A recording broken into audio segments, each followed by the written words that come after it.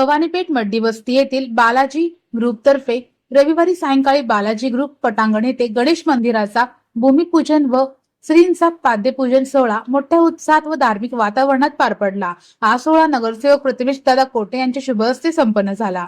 या प्रसंगी ग्रुपचे संस्थापक अध्यक्ष जगदेव बंडगर, अक्षय वाकसे, वासुदेव येलधंडी, सतीश सिरसिल्ला, अर्जुन पांढरे, राम बंडगर, सिद्धबाबा निशाणदार, राम वाकसे, उमेश जमादार, बसवराज रुपनर, संताजी बोळे आदी मान्यवरांची प्रमुख उपस्थिती होती। ग्रुप तर्फे प्रमुख अतिथीसह सर्वांनाच बांबूंची रोपे भेट देण्यात आली।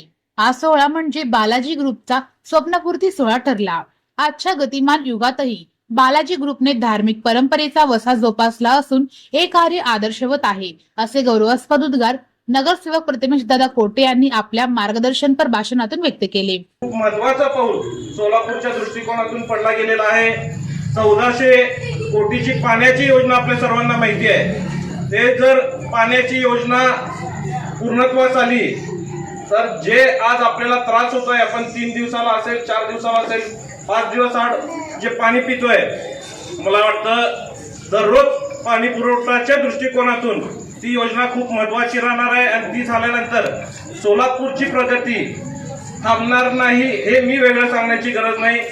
निश्चितच येणाऱ्या काळात स्वतः मुख्यमंत्री साहेबांनी लक्ष दिल्यामुळं सोलापूरची प्रगती 100% होणार आहे।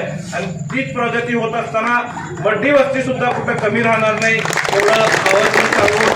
कार्यक्रमाचे सूत्रसंचालन उमेश कोळेकर यांनी केले। या प्रसंगी बालाजी ग्रुपचे पदाधिकारी व भक्तगण बहुसंख्येने उपस्थित होते।